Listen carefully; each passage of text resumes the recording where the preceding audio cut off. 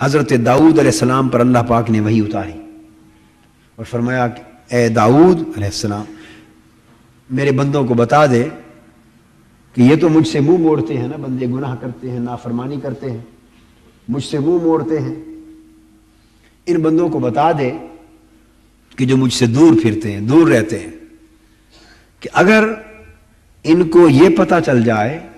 کہ مجھے اپنے بندوں سے کتنی محبت ہے، اگر بندوں کو یہ پتہ چل جائے کہ مجھے رب ہو کر اپنے بندوں سے کتنی محبت ہے،